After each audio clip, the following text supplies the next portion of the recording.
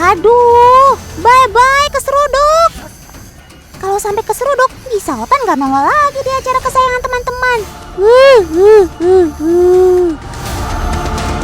Wah, siapa nih? Berani benar menghadang si domba Garut? Jangan-jangan kakak ini adalah pendekar sakti mandraguna. Tuh lihat, padahal badannya kecil, tapi kok kuat ya? Wah, si domba juga nurut sama kakak satu ini.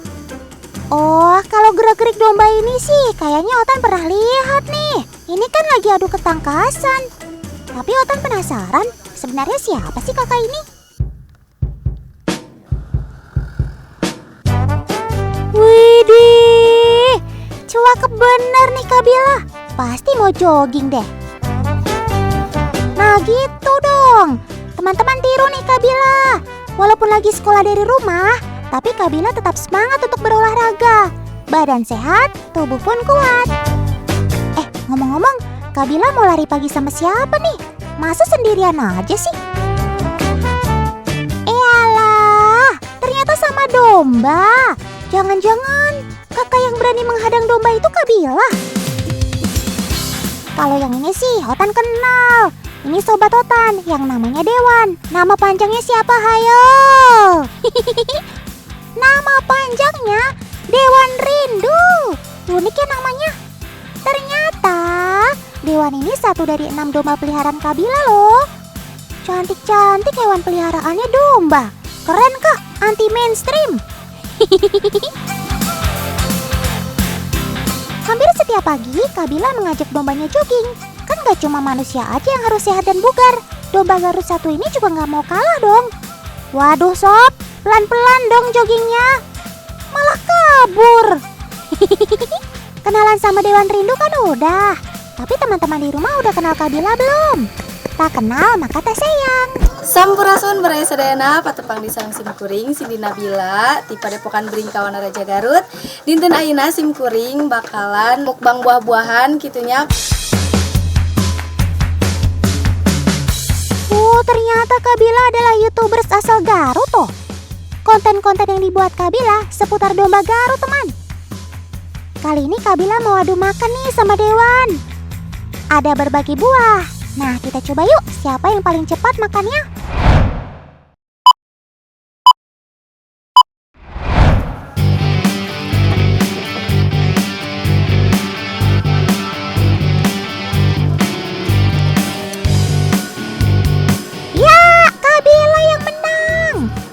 Domba satu ini memang doyan banget sama nangka.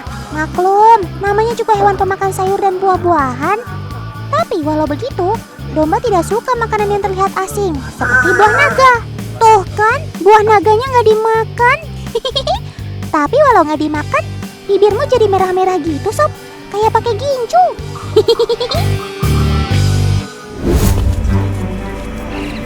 Kenalkan teman, ia adalah Barak, si domba merino yang berasal dari Australia.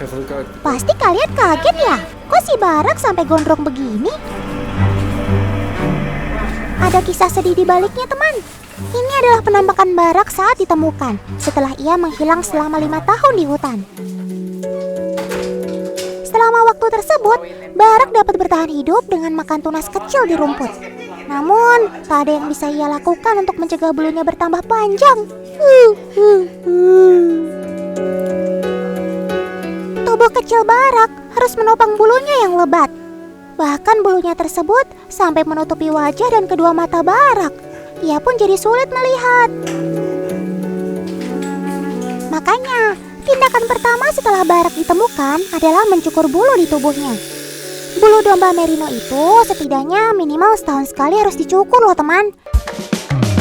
Syukurlah pencukuran bulu Barak berjalan lancar. Setelah ditimbang, berat bulu Barak mencapai 35 kg. Rasanya pasti lega sekali ya sob. Sekarang berjalan pun jadi ringan. Selamat ya sob, Otan turut senang. Teman, di Australia, memotong bulu domba merino harus dilakukan oleh orang yang berpengalaman loh. Salah sedikit, bahaya. Domba merino bisa lecet-lecet loh, karena pisau pemotongnya tajam sekali. Bagian pertama yang dicukur adalah perutnya, karena bagian tersebut biasanya yang paling kotor.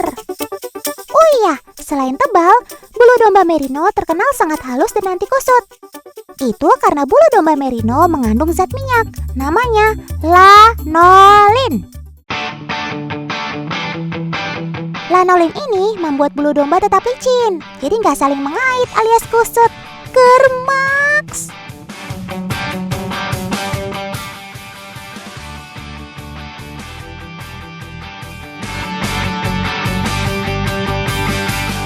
Bulu-bulu wol yang sudah lolos sortir akan dipadatkan seperti ini. Soalnya akan dijual ke negara-negara Asia untuk diolah menjadi benang wol. Cakep!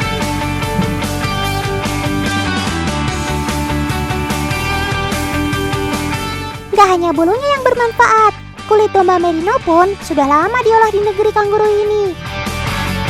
Salah satunya jadi sepatu boots kece seperti ini.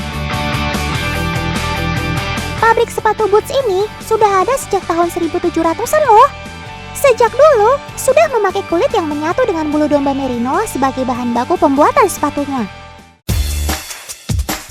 Kulit dombanya punya kualitas premium, berasal dari peternakan terbaik di Australia. Mesin inilah yang akan memotong kulit domba merino sesuai cetakan. Kulit domba merino itu terkenal sangat lembut, jadi ketika diolah jadi sepatu, bisa pas seperti memakai kaos kaki. Jadi pemakainya akan merasa nyaman. Nah, kalau lapisan bulu dombanya unik banget loh teman. Di musim dingin, bulu domba bisa bikin kaki menjadi hangat. Sementara di musim panas, serat alami dari bulunya bisa menghilangkan keringat pada kaki. Jadi nyaman dipakai di musim dingin dan panas dong. Cakep! Hampir seluruh bagian sepatu terbuat dari kulit domba merino nih.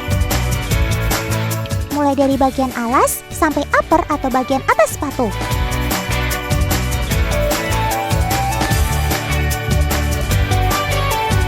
Sementara untuk bagian sol sepatu terbuat dari bahan karet. Wih, keren banget ya sepatunya. Pantas saja sepatu boots dari kulit domba merino ini jadi produk unggulan negara Australia. Cakep!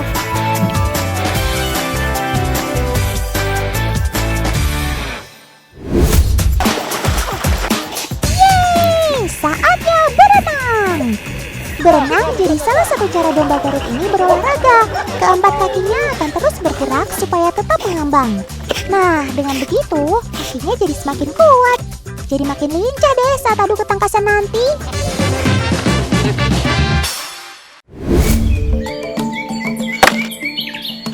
Hehehe, suara apa lagi tuh?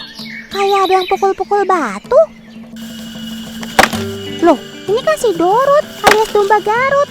Kalian lagi ngapain sih? Wah, hentikan! Kalian jangan berkelahi dong. Semua masalah bisa diselesaikan dengan kepala dingin kok, bukan dengan kepala batu. Iya, Otan tahu kepala kalian tuh emang luar biasa keras kayak batu. Maaf sob, teman-teman di rumah pasti bertanya-tanya, apa dombanya tidak gegar otak ya? Karena beradu kepala sekeras itu berkali-kali.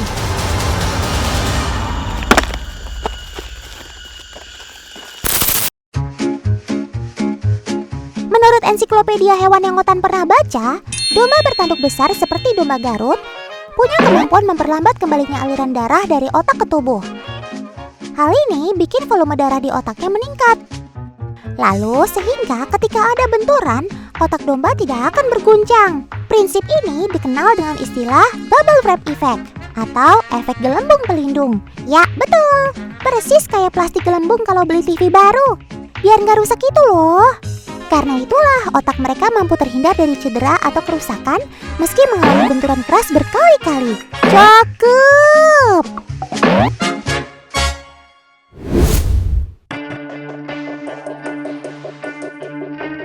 Di alamnya, domba bertanduk besar ini beradu kepala untuk memperebutkan posisi sebagai pemimpin terkuat di kawanannya.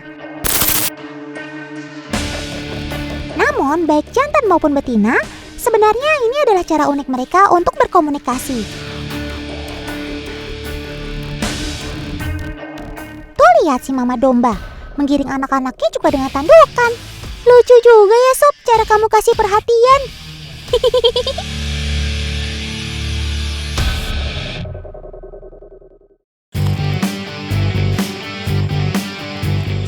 Domba Garut harus olahraga setiap hari teman. Selain untuk menjaga kesehatan fisik, juga untuk menghabiskan energi domba yang berlebih. Oh iya, juga bisa untuk mengurangi stres pada domba. Otan juga bete sih kalau diam-diam aja di rumah. Mendingan olahraga di luar rumah, ya nggak Sob? Emang kayak apa sih olahraganya kamu Sob?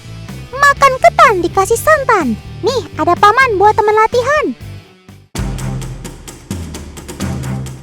Waduh, si domba kok ambil ancang-ancang sih? Kalau sudah melangkah mundur begini, domba Garut lagi mengukur jarak dan posisi sasarannya. Jangan-jangan paman dianggap lawan. Awas paman, hati-hati ya, jangan sampai terseruduk. Loh, weh, kok kamu tiba-tiba ngerem mendadak sih Sob? Walah, Otan tahu. Kamu pasti waspada sama karung di belakang paman ya? Teman di rumah, meski domba Garut punya kemampuan seruduk yang luar biasa, hewan yang satu ini juga punya insting yang kuat untuk melindungi diri dari cedera atau bahaya terluka.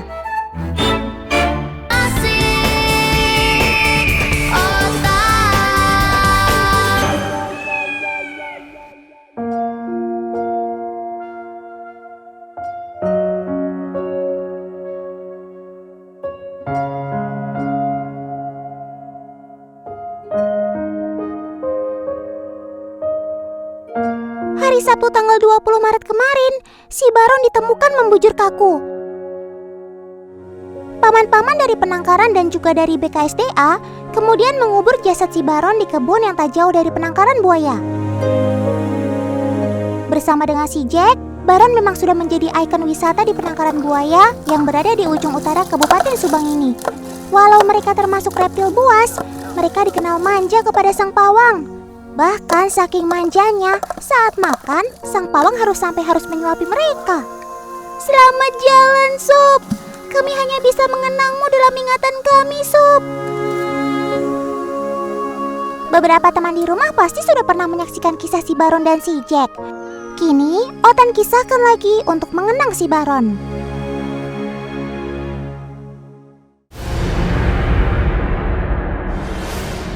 Itu ada buaya yang mendekat, paman. Tolong.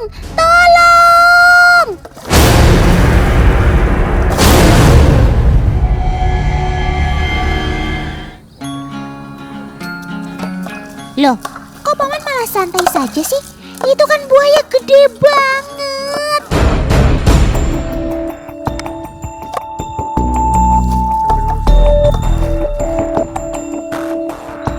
Tapi kok mereka kelihatan akrab banget ya? Sepertinya ada sesuatu nih di antara mereka. Selidik punya selidik, ternyata buaya besar itu adalah Baron, teman. Baron adalah salah satu buaya penghuni wana wisata Belanakan Subang. Baron panjangnya kurang lebih 6 meter dan bobotnya hampir 750 kg. Nah, kalau yang satu ini adalah si Jack, buaya raksasa yang kedua. Baron dan Jack merupakan buaya generasi pertama di tempat ini. Keduanya saat ini berusia 38 tahun. Teman, pendengaran buaya tergolong cukup baik loh. Mereka dapat merespon suara sedikit saja walau pada permukaan air. Selain itu, ia juga mampu merasakan getaran dan perubahan tekanan di dalam air. Itulah mengapa ia dapat mengenali Pak Santoso saat memanggilnya dengan suara dan percikan air.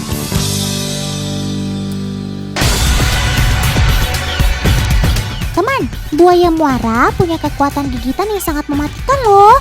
Mulut buaya dipenuhi oleh gigi-gigi besar yang berjumlah antara 40 sampai 60 gigi. Ih, serem.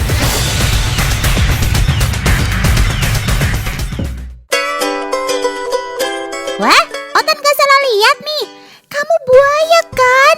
Tapi kok gak ada moncongnya? Jangan-jangan kamu buaya KW super ya?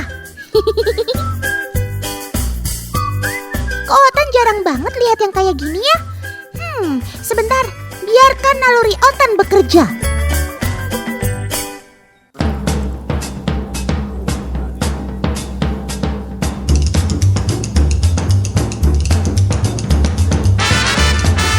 Walah, ya. Sekarang Otan tahu, ini kan sobat jauh Otan, namanya Kadal Cayman. Asalnya jauh dari Amerika Selatan. Wow! Hampir aja Otan terkecoh sama tubuh kamu yang unik, Sob. Secara kamu punya badan yang mirip banget sama buaya. Ia punya tubuh berwarna hijau dan merah di bagian kepala. Sama seperti buaya, Cayman juga hidup di dua alam, yaitu darat dan air. Ia tergolong reptil semi akuatik loh.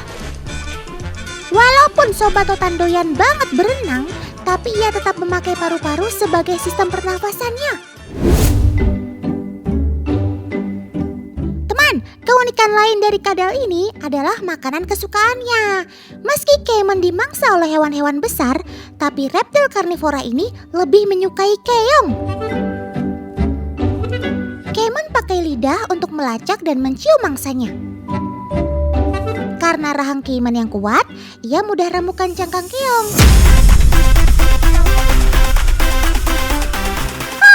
Kalau makan keong sawah alias tutut kayak gini sih, hal gampil banget buat kamu ya. Tuh, lahap banget lagi makannya. Keong yang diambil langsung didorong ke dalam mulut bagian belakang. Gigi dan rahangnya sukses pecahkan cangkang tutut.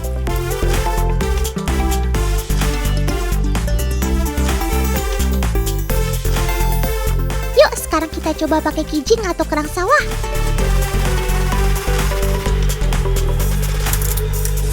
Wow, dia masih berhasil pecahkan cangkangnya, teman.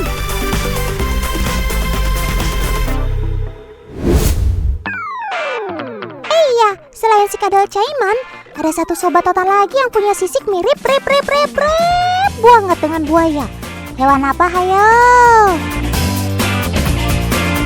Oke lah, kita ikut Kakibo. Katanya sih Kakibo mau nunjukin. Wah, Kakibo mau ngapain tuh pakai seragam begini? Kita ikutin aja yuk.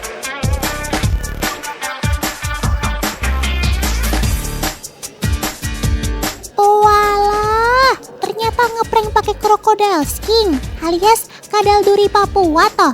Aduh, Kakibo ini kok hobi banget sih ngerjain anak orang. Ini banana sama strawberry cheesecake. Siap.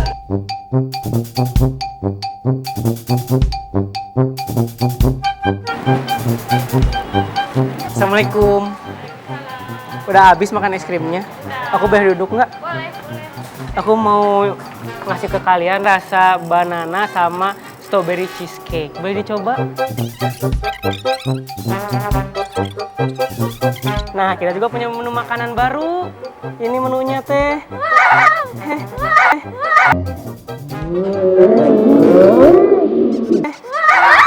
Ini menu makanan kita.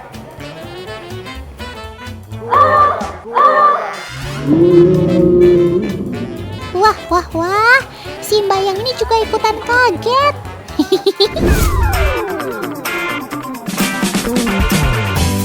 Kadal duri Papua kan imut banget. Tuh, lihat aja mukanya, menggemaskan begitu. Teman, sesuai namanya, kadal imut ini berasal dari bumi cendrawasih Papua. Selain Papua, dia juga bisa ditemukan di Australia. Sebutan crocodile skin sendiri diberikan karena kulitnya yang bersisik, mirip seperti buaya. Padahal kalau secara karakter mah bagai bumi dan langit. Kalau buaya kan tahu sendiri predator yang agresif banget. Nah, si kadal buaya malah sangat pendiam.